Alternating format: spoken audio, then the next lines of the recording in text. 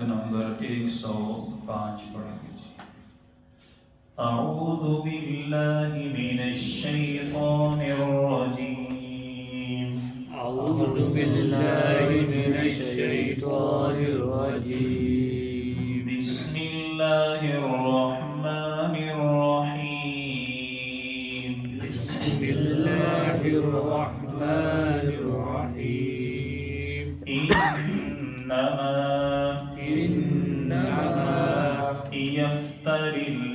يفتر الكذب الذين لا يؤمنون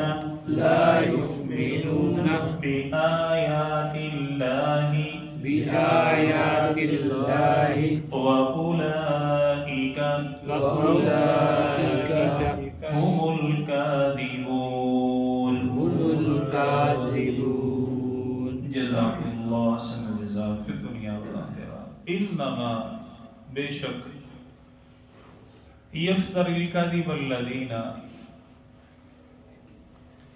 بے شک وہی لوگ جھوٹ باندھنے والے ہیں، جھوٹ بولنے والے ہیں، لا یؤمنون بآیات اللہ جو اللہ سبحانہ و تعالی کی آیات پر ایمان نہیں رکھتے، وَأُولَئِكَ هُمُ الْكَاذِبُونَ اور یہی لوگ حقیقت میں جھوٹے ہیں۔ کل جو آیت الحمدللہ ہم نے پڑھی تھی، سنی تھی،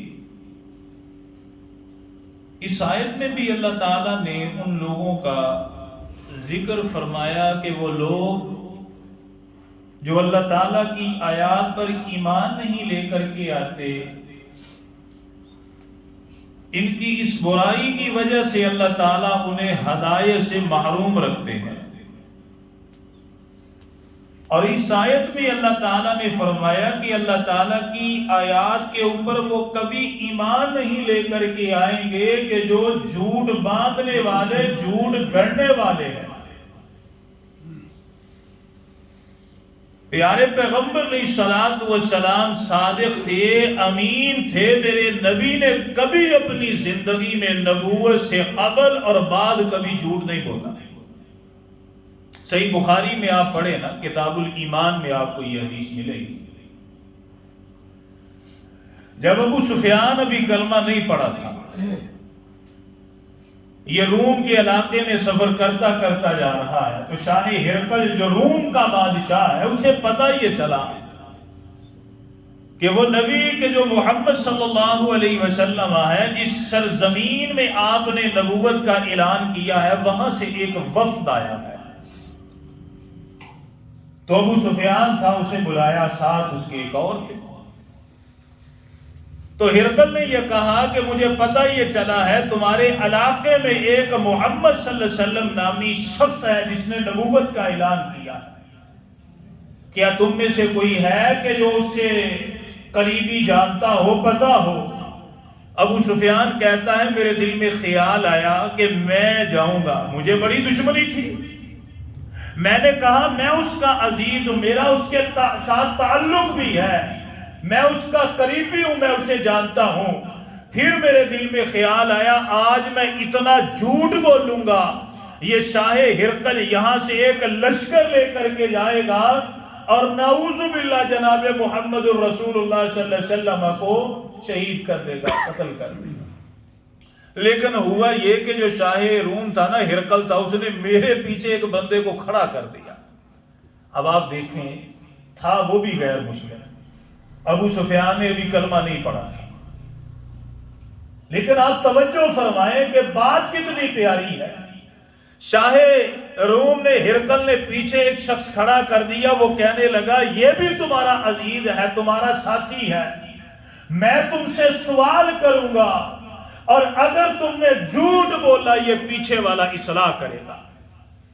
ابو سفیان کہتا ہے کاش کہیں میرے پیچھے وہ شخص نہ ہوتا تو میں بڑے بڑے جھوٹ گھڑتا۔ میرے دل میں یہ خیال آیا کہ اگر میں جھوٹ بولوں گا تو جو پیچھے کھڑا ہوا شخص ہے وہ کہے گا ابو سفیان جھوٹا ہے۔ تھے وہ کافر، ابھی کلمہ نہیں، لیکن جھوٹ سے اتنی نفرت۔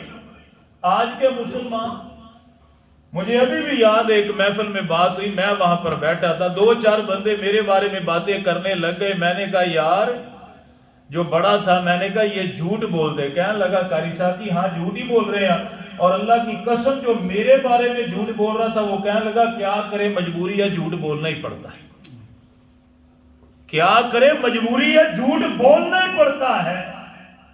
ادھر یہ پکے مسلمان اور ادھر وہ جس نے ابھی کلمہ نہیں پڑھا، پکا کافر۔ ہرقل نے ایک سوال کیا، سوال تو بڑے تھے، ان سوالوں میں سے ایک یہ تھا کہ وہ جو جس نے نبوت کا دعویٰ کیا ہے محمد صلی اللہ علیہ وسلم، اس دعوے سے پہلے کبھی اس نے جھوٹ بولا؟ ابو سفیان کہنے لگا نہیں۔ کبھی تم نے سنا ہو کبھی وعدے میں خلاف ورزی کی ہو؟ ابو سفیان کہتا ہے نہیں۔ تو ہرقل کہتا ہے اگر اس نے اس وقت کبھی جھوٹ نہیں بولا، یقین کر لو آج وہ محمد صلی اللہ علیہ وسلم سچ بولتا ہے۔ اعلان شہادت گواہی کفر سے ملی، لیکن کرتے کیا تھے؟ اللہ کے نبی صلی اللہ علیہ وسلم کے بارے میں کہتے انما انت مفتر، آپ جھوٹے ہیں۔ اب یہاں پر اللہ تعالیٰ اپنے نبی کو اطمینان اور تسلی دیتے ہیں، نبی پریشان کیوں ہوتے ہیں؟ وَلَقَدْ كُذِّبَتْ رُسُلٌ مِّن قَبْلِكَ، اے میرے نبی آپ سے پہلے جتنے نبی آئے سب کو جھوٹا کہا گیا، سب کی تکذیب کی گئی، آپ پریشان کیوں ہوتے ہیں؟ اِنَّهُ مَن يَتَّقِ وَيَصْبِرْ، اے میرے نبی اگر آپ صبر کریں گے، تقوی اختیار کریں گے تو یہ بہت بڑی نیکیوں میں سے ایک نیکی ہے۔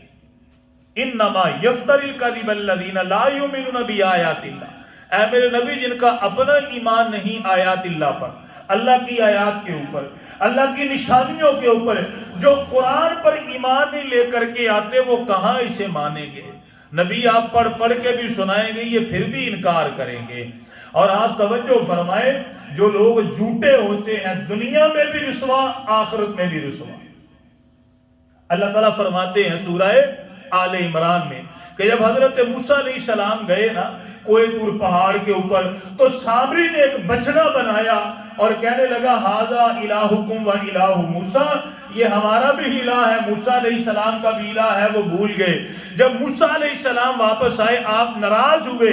اللہ تعالیٰ فرماتے ہیں ان الذین اتخذوا العجل سینالہم غضب من ربہم وذلۃ فی الحیاۃ الدنیا، اللہ فرماتے ہیں وہ لوگ کہ جنہوں نے اس بچڑے کو معبود بنایا اور اللہ کے علاوہ اسے پوجنا شروع کر دیا، ان کے اوپر اللہ کا غضب ہے، ان کے لیے ذلت ہے دنیا کی زندگی میں۔ وَكَذَلِكَ نَجْزِي الْمُفْتَرِينَ، اور اللہ تعالیٰ جھوٹ بولنے والوں کو اسی طرح سزا دیا کرتے ہیں۔ سورہ آل عمران میں اللہ فرماتے ہیں جھوٹوں کے اوپر اللہ کی لعنت ہوا کرتی ہے۔ اور پیارے پیغمبر علیہ السلام کی حدیث صحیح بخاری میں کتاب الایمان میں جہاں پر اللہ کے نبی نے بیان فرمایا کہ منافقین کی نشانیاں، غالباً حدیث نمبر 33 ہے، ابو ہریرہ بیان فرماتے ہیں آیت المنافق ثلاث، اللہ کے نبی نے فرمایا منافقین کی 3 نشانیاں ہیں۔ اذا حدث کذب، وہ جب بھی بولے گا جھوٹ بولے گا، واذا وعد اخلف، وعدہ کرے گا خلاف ورزی کرے گا، واذا اؤتمن خان، اور جب امانت رکھی جائے گی تو اس میں خیانت کرے گا۔ انما یفتری الکذب الذین لا یؤمنون بآیات اللہ، اے میرے نبی ان کا ایمان نہیں ہے، واولئک هم الکاذبون، اور یہی لوگ جھوٹے ہیں، اور جھوٹا بندہ کبھی کامیاب نہیں ہو سکتا۔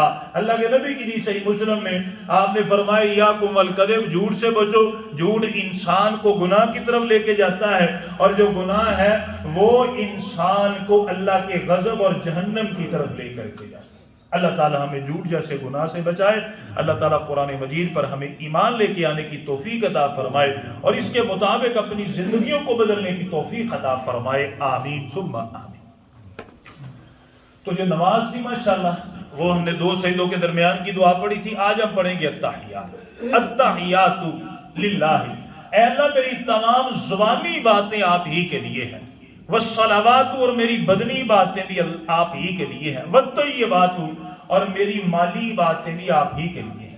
السلام علیک ایھا النبی، اور سلامتی نازل ہو اے نبی جناب محمد الرسول اللہ صلی اللہ علیہ وسلم آپ پر، ورحمت اللہ وبرکاتہ، اور اللہ کی رحمتیں اور برکتیں نازل ہوں۔ السلام علینا، اے اللہ ہم پر بھی اپنی سلامتی نازل فرما، وعلی عباد اللہ الصالحین، اور جتنے بھی تیرے صالحین بندے ہیں بندیاں ہیں تمام پر سلامتی نازل فرما۔ اشہد ان لا الہ الا اللہ، میں گواہی دیتا ہوں کہ اللہ تعالیٰ کے علاوہ کوئی معبود برحق نہیں ہے، واشہد ان، اور میں گواہی دیتا ہوں، واشہد ان، اور میں گواہی دیتا ہوں، محمدً عبدہ ورسولہ، کہ محمد صلی اللہ علیہ وسلم اللہ کے بندے اور اللہ کے رسول ہیں۔ اللہ تعالیٰ معاف فرمائے، درگزر فرمائے، آمین، وآخر دعوانا الحمدللہ رب العالمین۔